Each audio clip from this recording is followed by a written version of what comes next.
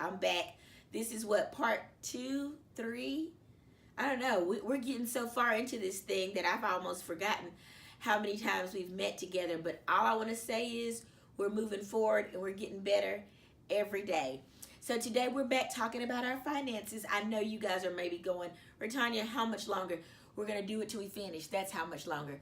Today we're going to talk about two major things that's a part of your finances and how to have a better financial day. Debt cancellation or debt minimization, whichever one you want to call it, and credit. I'm excited about the credit piece. The debt cancellation is kind of really easy. You need to take time to figure out what you have out there that you owe people. So car notes, credit cards, student loans, things of that nature, and begin to have a goal of putting those numbers down. So I'm going to use myself as an example. Right now, I have a goal to get rid of 4 credit cards. 2 are major credit cards, and 2 are little department store credit cards. In actuality, the 2 major credit cards, I don't necessarily want to get rid of them because it's good to maintain for credit purposes, and you'll hear me talk about that in a few minutes. But the 2 department store credit cards, it's a waste. It's unnecessary interest that I'm paying on a bill that I'm holding and having this revolving debt every month. So our goal in the first 6 months of this year is to pay those down. The major credit cards is to put it down to 0 and then have them in case there's ever a need. Won't necessarily say we'll hold a balance always, but it's always there. So that's what I'm working towards. We also have 2 car notes that I want to work towards getting rid of and just getting those cars paid off. And then lastly, things like our student loans, working towards paying those student loans down. We do have a house note. And in all honesty, we probably will have that house note for some time, but we do have a plan to actually pay those down. Now your question, Retanya, how do we pay down those notes? Well, in our house, we're doing a bunch of different things. Number one, we are working extra, like just good old-fashioned hard work. You may have seen a post that I posted last week where someone called me in to work extra 2 hours. 2 hours may seem like nothing, but say you make, I'm just going to throw out a figure here, say you make $15 an hour, that's 30 bucks. Even after taxes, you're still looking at an extra $20. That $20 tacked on to your $50 a month credit card bill makes it come down faster. You're carving into the principal and paying down the interest. So every little bit counts. So just good old-fashioned hard work, overtime, extra jobs, odd jobs, things of that nature. Do those things. Don't be afraid to do the work that it takes to get into it. Secondly, we talked about this last week, you're spending. So instead of spending the money on those coffee drinks or extra boots and shoes and going out to eat and spending extra $10 here, take that extra money and apply them towards your debt. You would be amazed at how you can make that debt come down faster when you're putting a little bit extra. Don't pay the minimum payments if at all possible.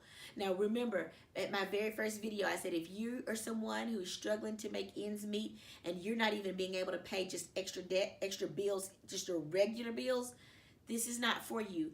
And no condemnation, but the moment that you're able to do it, do it. So pay a little extra on the bills every month, maybe one extra payment a year, and you will see your debt begin to decrease until the point that you have paid off your debts. Also, things like this. Once you pay off one debt, and if you've ever seen the Dave Ramsey series or followed him on Instagram, Facebook, took the Dave Ramsey class, he talks about it. It's the snowball effect. So now that you've paid off one debt, so say you have a credit card and you pay $25 a month, you get that paid off. Now that $25 a month that you've been paying for that one, don't now start spending it. Now tack it on to the bill that you've been paying $65 a month. So now that you're paying a total of $90 for that one, I think I did that calculation right. So it's the snowball. So as you get things paid off, the money that you spend for one debt, you add it to the next one until you begin to see things paid off. So begin to look at what you owe and actively begin to work towards paying off those debts. So that's the first thing that we're going to talk about. What's next? Your credit score. Now, all day, every day, if you're on TV, or not your own TV, but you're watching TV, you're here, creditkarma.com, and get your credit score, and da-da-da. But what does that actually mean? I want to have a transparency moment here. I was probably almost in my 30s before I really understood what credit was. I was out buying things, getting cell phones, just really jacking up my credit. Real talk here. Because I didn't understand what that meant, what it was about. Just kind of doing what I wanted to do. And I have no condemnation because I know what happened to me allows me to be able to teach you guys today. So now that I'm in my 40s, I'm working on these things. I've actually been working on it for the last few years, but I'm always working to improve it and to make it better because I want to have that ultimate 800 credit score. But I wanted to share this topic with you because it's near and dear to me. So what happens is your credit score is the one thing that's going to really, really help make your finances skyrocket. And I'm going to tell you why. Even though we want to be debt free, even though we don't want to carry debts and owe people, there will be things that most of us won't be able to do unless like buy a house out and out. You'll have to get that financed. The way your credit score is will determine what type of interest rate you have. Your interest rate will determine how much money you're spending out for the product.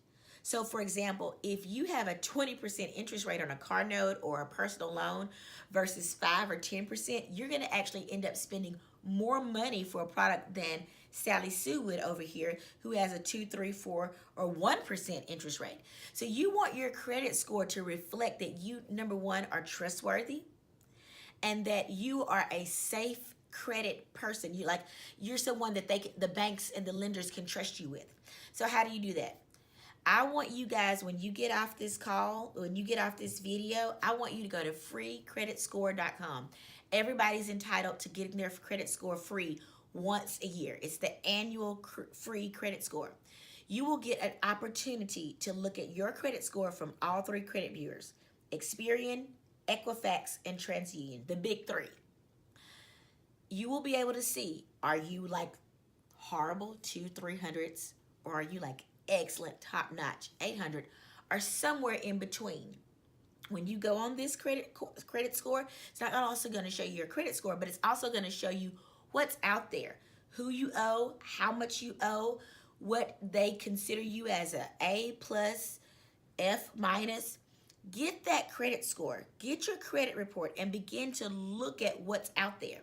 You can also dispute things. Maybe something's on there that's not even true. Maybe someone hacked your credit. Maybe somebody stole your identity. All these things are going to be on this report, and you need to know it. You can dispute it.